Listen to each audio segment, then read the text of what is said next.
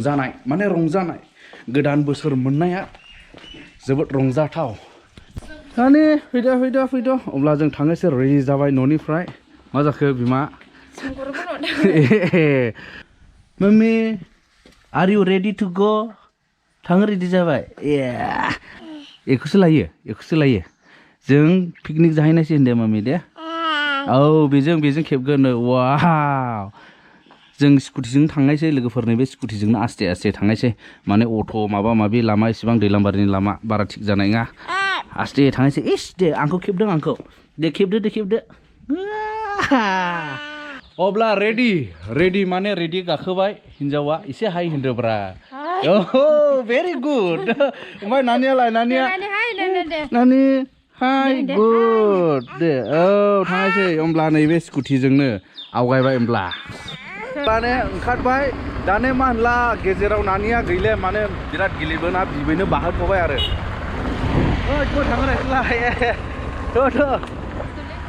ओमफ्राय गासिबो लामायानो बे पिकनिक जाहैग्रा गोजा आरो बेस्थ' लामायानो बिराद बिजि गासिबो निज्लागुरि ओइ गासै निज्लाजोब होमब्ला दिनै नैबे लामाया बुंजोब्बाय आरो हाद्रिजों हाद्रि मानसिजों मानसि माखासे बेबायदिनो बोसोर गोदाननि मुङाव मण्डलिफोर गामिनिफोर ज' जाहैयो नालाय पिकनिक माने लावखार ओंखाम जानाय जयै थिग बेबायदिनो ओंखारबाय आरो जोंबो दा जोंनि गिर्जानिबो आवगायलांजोब्बायनो ओमफ्राय जों दा बिदिनो दैलांबारि एसे इन्टारेस्ट मोनो माथो इन्टारेस्ट मोनना मोनाखै सार मय थाङोमोनलाय निज्ला हेभि दा हेभि होमब्ला जोंबो थांनानै हेभि होमब्ला जायगायाव बोसोर गोदाननि मुङाव रंजानायनि खोथा दं औ दे होमब्ला होहाबगोन दिनै हिन्जावाबा खाथबजोबखोना माखो मोखांफ्रा मिथिले अब्ला मोनफैबाय फाइनालि जायगायाव जोङो जायगाया बेखौ लाबाय नै ओरैहाय माने एसे साइक्लेम दं ओंखायनो बे थिग साइक्लेमखौ नायनानै जोङो लाबाय आरो जायगाखौ ओरैहाय नै रायजोफोरखौ दासो नुसिगोन जोंनि मण्डलिनि रायजोफोरखौ नै आनलड खालामगासिनो दं सोरबा बाहेरायाव थांगासिनो दं नैबेखौ लाबोदोंबा आनलड खालामजोब्बाय नैबेवहाय माखासे संग्रा खावग्रा बेसन दाउ नै दाहाय खखे होनजोबसिगोन ना माथो मादै मा लाबोदों नोंलाय बेबायदि आरो ओमफ्राय ओरैहाय जाग्रा लोंग्रा बानायसिगोन ओमफ्राय माखासे बेरायग्राफ्रा बेरायसिगोन जानांगौ आरो ओमफ्राय आं जायगाखौ दिन्थिलांनायसै र' दसे उनाव माबायदि पुरा लड विंगार गोजाननिबो फैदों खाथिनिबो फैदों बेथ' दा दसे उनाव बुंजोबनो हागौ लड जाजोबगोन बे लड जाजोबगोन बे जायगाया औ दिनैनि एन्ट्रिखौ नायदो नै जेव लखा खोथियाला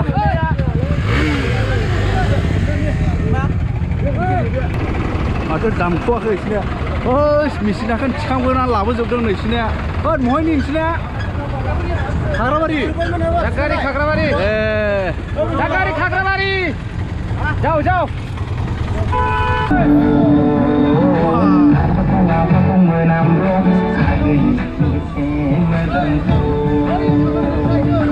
होमब्ला गेटनिफ्राय हाबनानै नायदिनि दिनैहाय माने बोसोर गोदाननि मुङाव बेसेबां माबायदि सुबुंफोर जमा जादों बेयाव पिकनिक माने लावखार ओंखाम जानाय आं गाखोफाबाय उनाव सालायगासिनो दं जोङो सोमखोर फंबाया बोसोर गोदान मोनब्ला गोजोननाय मोनोना ना माथो बाबु दंबावलाय ओइ दे रिल्स ना मा जादोंबावलाय ओमफ्राय नैबो नै माबा माबि दं नै फट' लानो जायगा सेलायलायथारो नैबो वाव नै जायखिया बे फट' लाग्रा बेबायदि रिबनजों खाजोबलायनानै होदों नै फट' ओमफ्राय बेयावबा मा जाखो बेयो मिथिले माबा मोनसे आरो बियो सेसासो दै सेसा दंफांनि सेसा दंलायो बेवहाय ओमफ्राय नैबेथ' रेस्ट हाउसमोन नै बेयो बिदिनो दङ ओरै गेलेग्राफोराथ' दङ नै उन्दैफोर गेलेगासिनो दङ औ बेलाय ओरैबो नै बिदिनोसै आरो बैनो जाहैबाय मेन जाग्रा जायगा संनाय खावनायाथ' बेव जाहैबाय बे बैग्रि बारियावहाय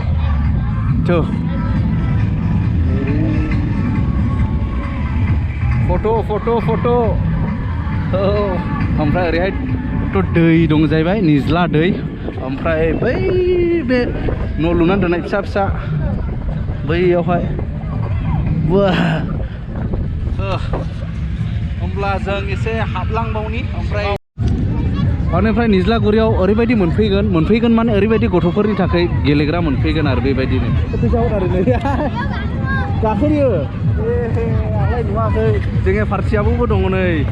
बेलाय बेरायदों दा बेलाय बेरायनोसो फैखानायनि खोथा दं नालाय औ बेनिफ्राय ओरैहाय नायदो नै गथ'फोरनि थाखाय हाब मा गारि दंलै बाइकै मायै हनै दे थिखो गाखोहो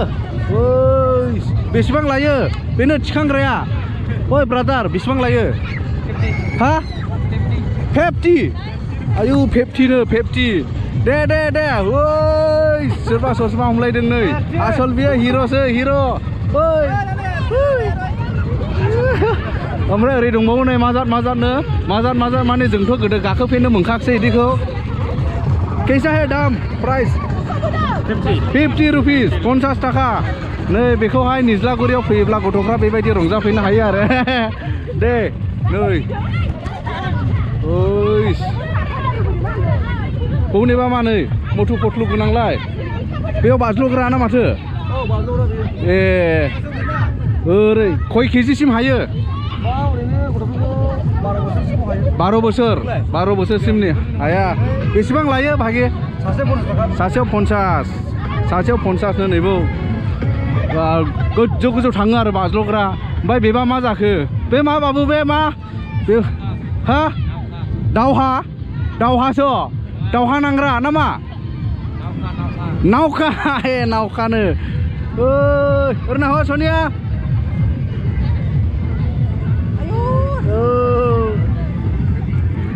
बेबायदि आरो माने बेबायदियानो मोनसे मोननै मोनथाम मोनब्रै दं आरो मोनसे मोननै मोनथाम मोनब्रै अके होमब्ला होबाय थादो आदा माथो सोरबा गाखोआ नामा गैथ'आ अ बे दा ओरै बारबोगोनलाय आरो बिसोरो दे बेनिफ्राय नैबेयावहाय मोनसे SSB निफ्राय सारमोननिफ्राय मोनसे बेवहाय फट' जन बानायनानै होदों आरो बोसोर गोदाननि मुङाव बिथांमोना पिकनिक जाफैनायावहाय नैबेबायदि मोनसे बानायनानै होदों हो नै बैजों नायोब्ला बुजिगोन हमनो हागोन बेवहाय मा लिरनाय दङथाय I love 15 Battalion SSB yes ओमफ्राय बेव माबा माबि दं नै मा होनो मेहंदी लगाव फट' खिचाव नाचो टापो खाओ पियो गाना बजाना ओके एन्जॉय करो in the name of new year माने सेरफांगुरि ए सेरफांगुरि सिनायखायो औ दे सिनायखायो दे अब्ला बेबायदिनो बुंजोबबाय दिनै निज्लागुरि निज्रा इक' टुरिजम एन्ड पिकनिक स्पटआ लोमजोबबाय दिनै जानुवारि 2 तारिख 2023 आव लेडिज only girls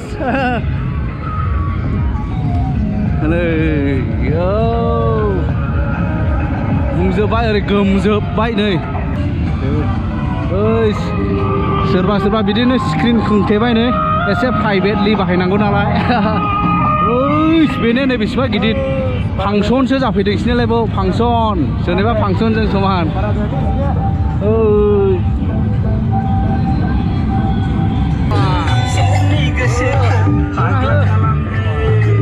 गोजा नै सेंग्राफोरसो डेन्जार गोजा नै बेबा मैनि जाखो बेबो लेडिस गोजा नामा वाव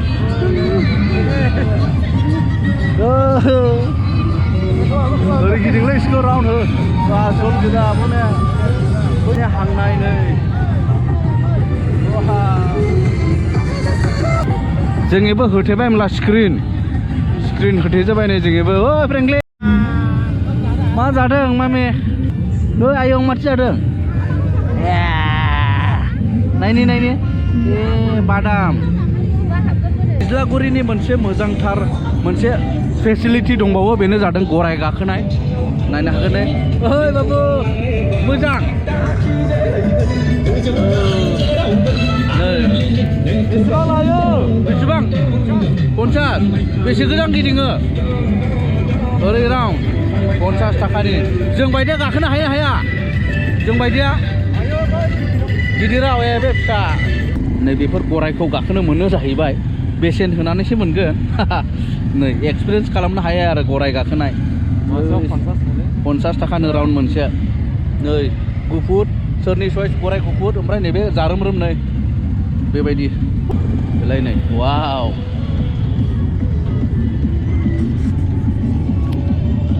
दा नायदो जेरैबो ओरैबायदि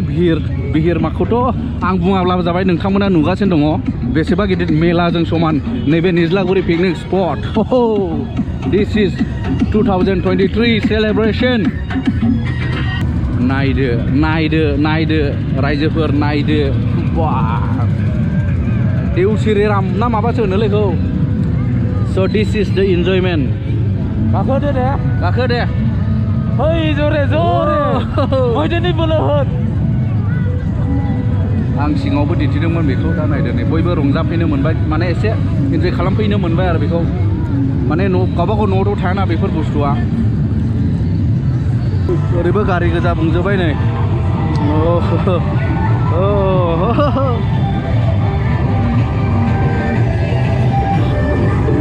नायदो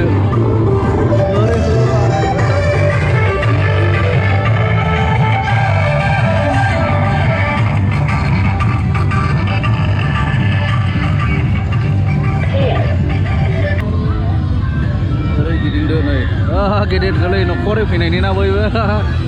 बिदि आरो ओरै ओंखारदो जाबाय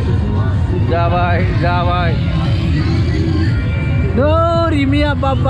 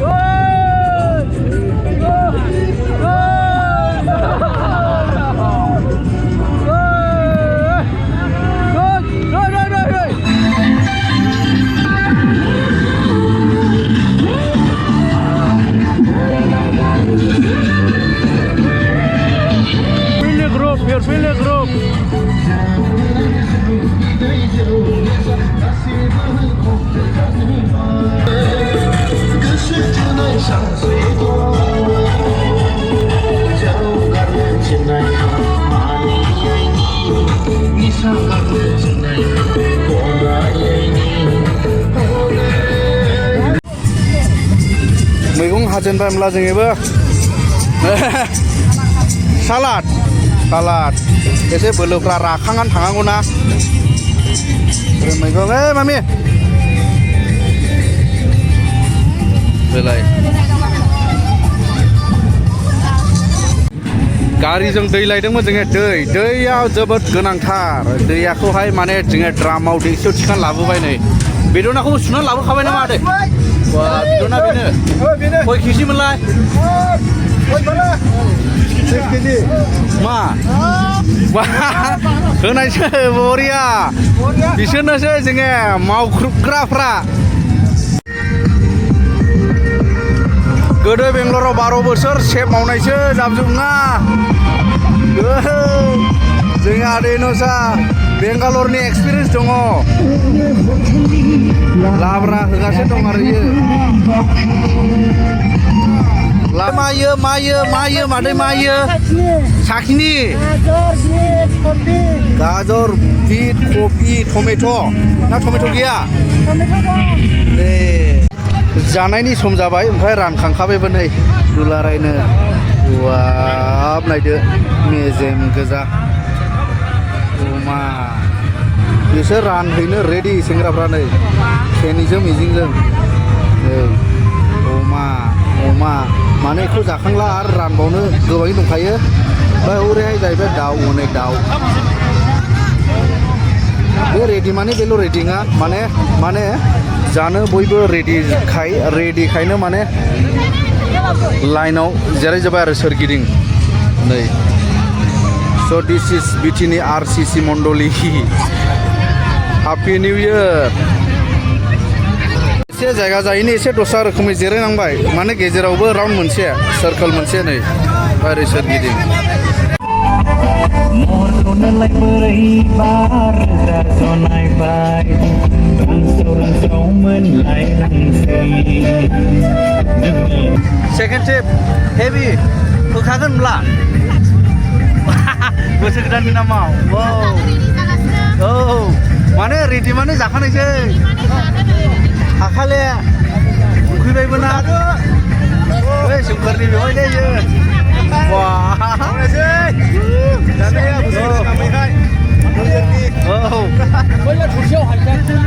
होनायसै होनब्ला माने सफैबाय मालाथ' नै मेजेम गुफुरल'खा बाब हांनायनि एसे दंलायबावसो दांनै हांनायनि जायो बैनिसो